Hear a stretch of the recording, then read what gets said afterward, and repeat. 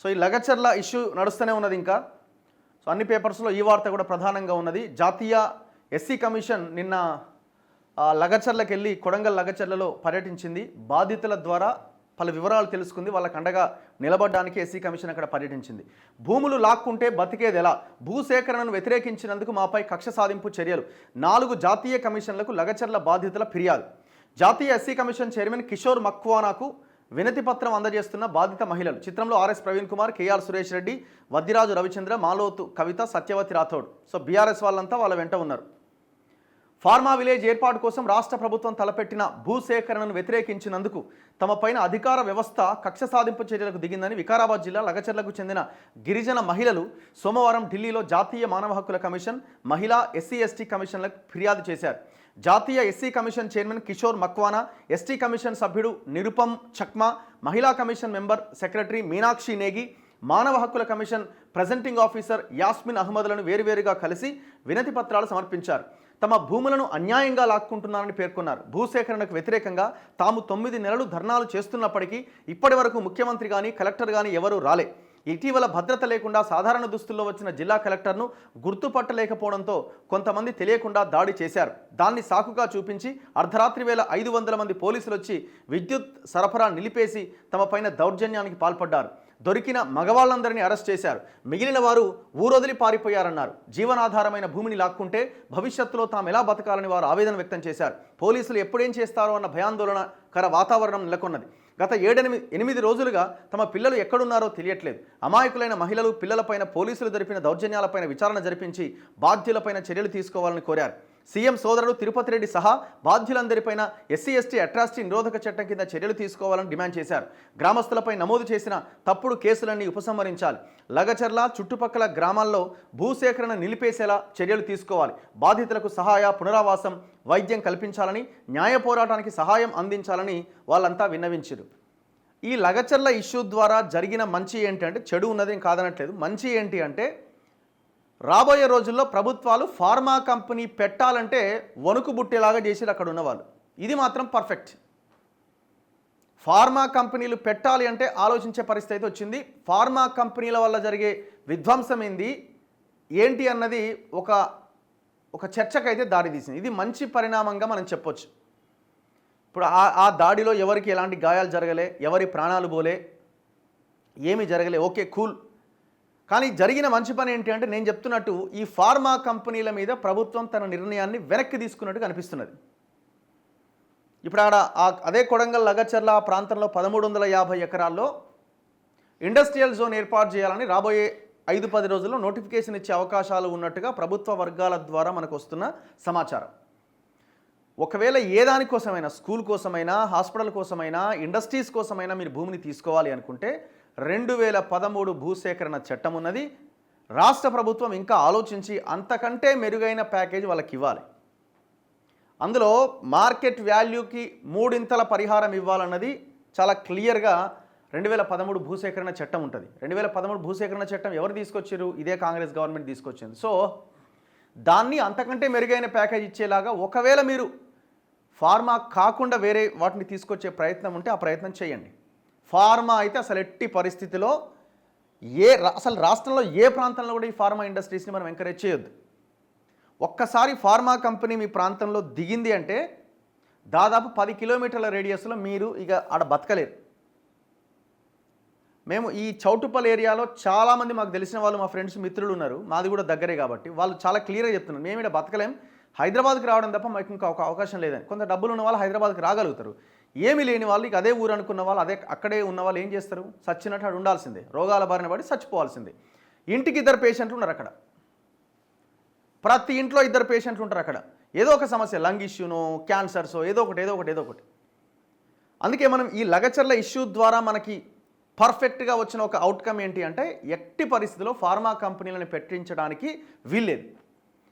అసలు ఫార్మాని ఎవడన్నా వస్తే అసలు ఇంకా ఎలాంటి దాడులు చేసినా ఏ ఇబ్బంది లేదు. ఇంకా అది మనం పిలుపునివ్వాల్సిందే. ఫార్మా కంపెనీ అని ఎవడైనా మన గ్రామాల్లోకి కానీ, మన మండలాల్లోకి కానీ, జిల్లాల పరిధిలో కానీ ఎవడైనా వస్తే, ఫార్మా కంపెనీ నిర్ణయాలు వస్తే ఈ ప్రభుత్వాన్ని మనం ఎట్లా కూలగొట్టాలని ఆలోచించాలి. అందుకే దయచేసి మీరు ఈ ఫార్మా కంపెనీ పెట్టాలనే నిర్ణయం వెనక్కి తీసుకోవడాన్ని స్వాగతిస్తూ స్వాగతిస్తూ ఇప్పటికైనా తెలుసుకున్నందుకు ఎవరైతే పాపం దాడి చేసిన వాళ్ళు ఉన్నారో వాళ్ళ పిల్లలు వాళ్ళ ఫ్యామిలీస్ ఏ ప్రమాదం అయితే జరగలేదు కదా. కలెక్టర్ కూడా ఏమన్నాడు, దాడి చేసిన వాళ్ళంతా రైతులంతా మనవాళ్ళే అని అక్కడున్న ఉద్యోగ సంఘాలు క్వశ్చన్ చేయడం ఆయన కోసం ధర్నా చేయడానికి వస్తే వాళ్ళందరినీ అక్కడి నుంచి పంపించేసిండు. సో ఆయన కూడా అక్కడ కలెక్టర్ మీదనే దాడి జరిగిందని అంటున్నారు కాబట్టి ఎవడైనా కుట్ర కోణం ఉంటే మనం తీసి లోపల పడేయండి, దాంట్లో ఏం సందేహించాల్సిన అవసరం నరేందర్ రెడ్డి లోపలేసారు, దాని వెనకాల కేటీఆర్ ఉన్నాడు అంటున్నారు, వేసేయండి.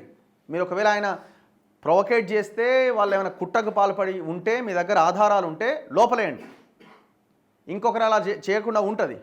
కానీ అదే సమయంలో అమాయకులైన ఈ రైతులని వదిలిపెట్టాల్సిన అవసరం ఉంది, మనం డిమాండ్ చేయాల్సిన అవసరం ఉన్నది.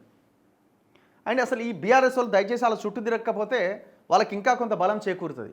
మీరు వాళ్ళ చుట్టూ తిరగడం వల్ల ఏమవుతుందంటే మీరు గతంలో ఏం చేసిరని ఇప్పుడున్న గవర్నమెంట్కి ఒక అస్త్రం దొరికినట్టు అవుతున్నది. ఇప్పుడు మీరు రైతుల గురించి మహిళల గురించి అక్కడ ఉన్న వాళ్ళ గురించి మాట్లాడే హక్కు ఎక్కడదండి మీకు? గౌరవెల్లి ప్రాజెక్టు బాధితులని రాత్రి లైట్లు బంద్ చేసి ఆడోళ్ళ మీద పడి కొట్టిరండి, వాళ్ళ బ్లౌజులు చీరలు లాగి వాళ్ళంతా గవర్నర్ ఆనాడు తమిళిసై దగ్గరకు వచ్చి కంప్లైంట్ చేసిర్రు భూసేకరణ కోసమే. ఒక ఎగ్జాంపుల్ చెప్తున్నా నేను, ఖమ్మంలో మహబాద్లో గిరిజన మహిళలని పచ్చి బాలింతలని పసిపిల్లలను తీసుకుపోయి జైలు పెట్టిన చరిత్ర మీది. Outer ring road regional ring road RRR కోసం రాయగిరి రైతులు పోరాటం చేస్తే వాళ్ళకి బేడీలు వేసి జైలు వేసిరు ఎలక్షన్లకు ముందే. మిర్చి రైతులకు బేడీలు వేసిరు ఫస్ట్ టైం 2014లో గెలిచిన తర్వాత.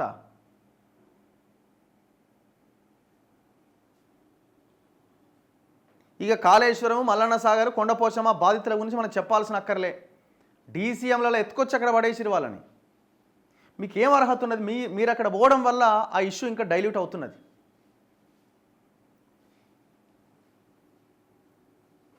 అండ్ దాంతోపాటు ఎస్టీ కమిషన్ కూడా వెళ్ళింది. ఇకనైనా అక్రమ అరెస్టులు ఆపండి. రోటి బండ తాండాలో గిరిజనులతో మాట్లాడి వివరాలు తెలుసుకుంటున్న హుస్సేన్ నాయక్ అట. ఇది ఎక్కడ? సంగారెడ్డిలో.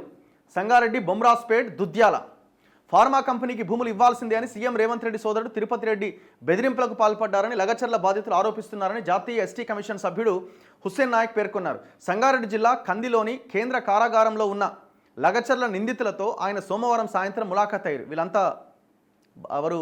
జైల్లో ఉన్న వాళ్ళందరితో ఎస్టీ కమిషన్ సభ్యులు ఆయన మీట్ అయ్యారు. అంతకుముందు వికారాబాద్ జిల్లా రోటిబండ తాండా, లగచర్ల గ్రామాల్లో జాతీయ ఎస్సీ కమిషన్ డైరెక్టర్ పీకే రెడ్డి, తెలంగాణ ప్రభుత్వ ప్రతినిధి అశోక్ కుమార్లతో కలిసి పర్యటించారు. కారాగారం బయట హుస్సేన్ నాయక్ విలేకరులతో మాట్లాడారు. అధికారులపైన దాడికి పాల్పడిన వారంతా జైలు బయటే ఉన్నారు. రాజకీయ కుట్రతోనే రైతులను జైలుకు పంపించారు. ఘటనపైన వారం 10 రోజుల్లోగా నివేదిక ఇవ్వాలని సీఎస్ డీజీపీలను ఆదేశించినట్టుగా తెలిపారు. లగచర్ల ఘటనకు 15 రోజుల ముందు కాంగ్రెస్ కార్యకర్త శేఖర్ గిరిజనులను దూషించారు. భూములు లాక్కుంటామంటూ కొట్టారు. లగచర్ల, రోటిబండ తాండా, పులిచెర్లకుంట తాండాల్లో అరెస్టులు ఆపాలి. అధికారులపైన బాధితులు దాడి చేయడం సరైంది కాదని, పోలీసుల రక్షణ లేకుండా గ్రామ సభకు కలెక్టర్ రావడం కూడా తప్పన్నారు. పోలీసులు రాత్రిపూట వచ్చి భయభ్రాంతులకు గురి చేస్తున్నారని గిరిజనులు, లగచర్ల గ్రామస్తులు కమిషన్ సభ్యుల దృష్టికి తెచ్చారు. దీంతో రాత్రిపూట ఇండ్ల వద్దకు పోలీసులు రావద్దని ఎస్పీ నారాయణ రెడ్డితో హుస్సేన్ నాయక్ అన్నారు. వేరే మండలంలో పంచాయతీ కార్యదర్శిగా పనిచేస్తున్న తన భర్త రాఘవేందర్ను పోలీసులు రిమాండ్కు పంపడంతో అధికారులు సస్పెండ్ చేశారని ఆయన భార్య వాపోయారు. గ్రామాల్లో కమిషన్ పర్యటన సందర్భంగా multizone 2 IG Satyanarayana, Vikarabad SP Narayana Reddy పటిష్ట భద్రతా చర్యలు చేపట్టారు. అండ్ ఇదే ఇష్యూలో పరిగి డీఎస్పీ మీద వేటుపడ్డది.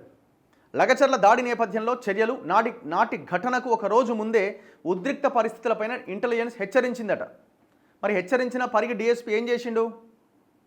ఎవరికోసం? ఇప్పుడు దీని వెనకాల కుట్ర ఉంది అంటున్నారు గవర్నమెంట్ వాళ్ళు చెప్తున్నారు. పట్నం నరేందర్ రెడ్డితో ఆయన 40 సార్లు మాట్లాడు, నరేందర్ రెడ్డి కేటీఆర్తో మాట్లాడిండని. మరి ఇంటెలిజెన్స్ ముందే చెప్పిందని అంటున్నారు. ఒకవైపున ఇంటెలిజెన్స్ ఫెయిల్ అయింది, ఇంటెలిజెన్స్ ఏం చెప్పలేదని అంటున్నారు. కట్ చేస్తే నిన్న డీఎస్పీ మీద వేటుపడ్డది. అంటే ఇంటెలిజెన్స్ చెప్పినా పరిగి డీఎస్పీ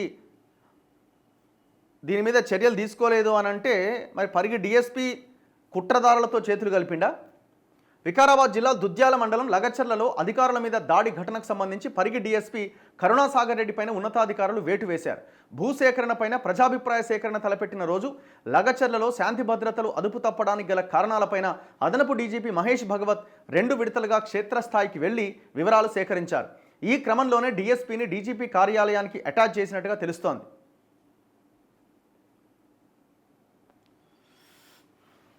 ఇగో అసలు ఏం జరిగిందనంటే పోలీసు ఉన్నతాధికారుల విచారణలో తేలిన ప్రకారం లగచర్లలో ప్రజాభిప్రాయ సేకరణను తొలుత ఈ నెల 7వ తేదీన జరపాలని నిర్ణయించిన అనివార్య కారణాలతో 11వ తేదీని ఖరారు చేశారు. ఈ సందర్భంగా ఆందోళన జరిగే అవకాశం ఉందని ఇంటెలిజెన్స్ వర్గాలు జిల్లా పోలీసు యంత్రాంగాన్ని ఒకరోజు ముందే అప్రమత్తం చేశాయి. ఆందోళన చేసే అవకాశం ఉన్న 30 మంది పేర్లతో జాబితా అందించాయి. అందులో కీలక నిందితుడు సురేష్ పేరు కూడా ఉన్నది. ఈ నేపథ్యంలోనే లగచర్లకు 2 కిలోమీటర్ల దూరంలో ఏర్పాటు చేసిన ప్రజాభిప్రాయ సేకరణ వేదిక వద్ద 3 డిఎస్పీల నేతృత్వంలో 230 మంది పోలీసులతో బందోబస్తు ఏర్పాటు చేశారు. పోలీసు వాహనాలు ధ్వంసం చేసే ప్రమాదం ఉందని భావించి వాటిని వేదికకు దూరంగా ఉంచారు. మధ్యాహ్నం 12 గంటల సమయానికి కలెక్టర్ ప్రతీక్ జైన్, కడా చైర్మన్ వెంకట్రెడ్డి వేదిక వద్దకు చేరుకున్నారు. ఆ సమయంలో అక్కడికి వచ్చిన సురేష్ రైతులంతా ఊర్లో ఉన్నందున అక్కడికే రావాలి అని కలెక్టర్ను కోరారు. ఊరిలోకి వెళ్లేందుకు కలెక్టర్ సిద్ధమైండు. అక్కడ ఉద్రిక్త పరిస్థితులకు దారితీసే అవకాశం ఉన్నందున వెళ్లొద్దు అని పోలీసులు కోరారు. అయినా రైతులతో మాట్లాడి భూసేకరణకు ఒప్పించాలి అనే ఉద్దేశంతో ఉన్న కలెక్టర్ తన వాహనంలో వెళ్లిపోయారు. దీంతో డీఎస్పీలు సహా ఇతర పోలీసులు పరుగున వేదికకు దూరంగా ఉన్న తమ వాహనాల వద్దకు చేరుకొని ఊరిలోకి వెళ్లారు. వీరికంటే 5-6 నిమిషాల ముందు అక్కడికి చేరుకున్న కలెక్టర్ కారు దిగిన వెంటనే ఆందోళనకారులు నినాదాలతో ముందుకు దూసుకురావడంతో 2 నిమిషాల్లోనే పరిస్థితి అదుపు తప్పింది. అప్రమత్తమైన కలెక్టర్, భద్రతా సిబ్బంది, మఫ్టీలో ఉన్న 2 ఇంటెలిజెన్స్ కానిస్టేబుళ్లు కలెక్టర్ను కారులో ఎక్కించి అక్కడి నుంచి పంపించేశారు. భూసేకరణలో కీలకంగా ఉన్న కడా చైర్మన్ వెంకట్రెడ్డి కనిపించడంతో స్థానికులు ఆయనపైన దాడికి పాల్పడ్డారు. ప్రభుత్వ వాహనాలను రాళ్లతో ధ్వంసం చేశారు. ఘటనా స్థలికి చేరుకున్న పోలీసులు తీవ్రంగా శ్రమించి పరిస్థితిని అదుపులోకి తీసుకొచ్చారు. పాఠశాల వద్ద స్థానికుల చేతికి చిక్కి ఉన్న వెంకట్రెడ్డిని కష్టం మీద బయటికి తీసుకొచ్చారు. కలెక్టర్ బృందంపై దాడిని సీరియస్గా తీసుకున్న ఉన్నతాధికారులు డీఎస్పీ మీద వేటు వేసిరట. మరి ఎందుకు కలెక్టర్ కూడా ఆ సెక్యూరిటీ వచ్చేదాకా ఆగాలి కదా. కలెక్టర్ కూడా ఎందుకట్లా? సరే, ఆయన కూడా ఏమంటున్నాడంటే సరే ఎవరో దాడి చేసిరు, అంత మన వాళ్ళే అని చెప్పే ప్రయత్నమే చేస్తున్నాడు. ఆయన మీద పెద్దగా ఎలిగేషన్స్ కూడా ఏం లేవు. బేసిక్గా కలెక్టర్ ప్రతీక్ జైన్ మీద కూడా సాఫ్ట్ కార్నరే ఉంది, ఆయన మంచోడన్న అభిప్రాయమే వ్యక్తం చేస్తున్నాడు. సరే, ఏదేమైనా విత్ సెక్యూరిటీ వెళ్ళాలి, మీరు ఒక అధికారి, మీకు తెలియకుండా ఎట్లా ఉంటుంది? మరి ఇంటెలిజెన్స్ కేవలం పోలీసులకే చెప్తుందా? కలెక్టర్లకి వీళ్ళకి ఇన్ఫర్మేషన్ ఇవ్వదా? కలెక్టర్ అసలు అక్కడ సిచ్యువేషన్ ఏంటి అని లోకల్ పోలీస్ అధికారులను కనుక్కోడా? ఆ పోలీస్ అధికారులు అడిగినా చెప్పలేదా? ఎంక్వైరీ జరగాలి దీని మీద. దాడి ఘటనకు స్కెచ్ వేసింది కాంగ్రెస్ వాళ్ళే. నిన్న బీజేపీ ఎంపీలు డీకే అరుణ, ఈటల రాజేందర్ అండ్ బీజేపీ శాసనసభాపక్ష నేత ఏలేటి మహేశ్వర్ రెడ్డి వీళ్ళంతా కలిసి లగచర్లకు వెళ్ళడానికి ప్రయత్నం చేస్తే అక్కడ వీళ్ళని అడ్డుకున్నారు. కొంతసేపు హౌస్ అరెస్ట్ చేసిరు. ఒక ఉద్రిక్త పరిస్థితి అక్కడ కనబడ్డది. 3rd డిగ్రీ ప్రయోగించిన పోలీసులపై చర్యలు తీసుకోవాలి. ఈటల మొయినాబాద్లో బీజేపీ నేతలను అడ్డుకున్న పోలీసులు.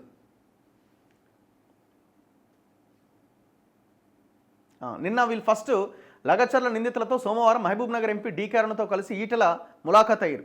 అనంతరం వారు హైదరాబాద్ నుంచి పార్టీ శాసనసభాపక్ష నేత ఏలేటి మహేశ్వర్ రెడ్డి ఇతర నేతలతో కలిసి వికారాబాద్ జిల్లా లగచర్లలో రైతులను పరామర్శించేందుకు భారీ కాన్వాయ్తో బయలుదేరారు. వారి వాహనాలను మొయినాబాద్ వద్ద పోలీసులు అడ్డుకున్నారు. దీంతో హైదరాబాద్ బీజాపూర్ జాతీయ మార్గంపై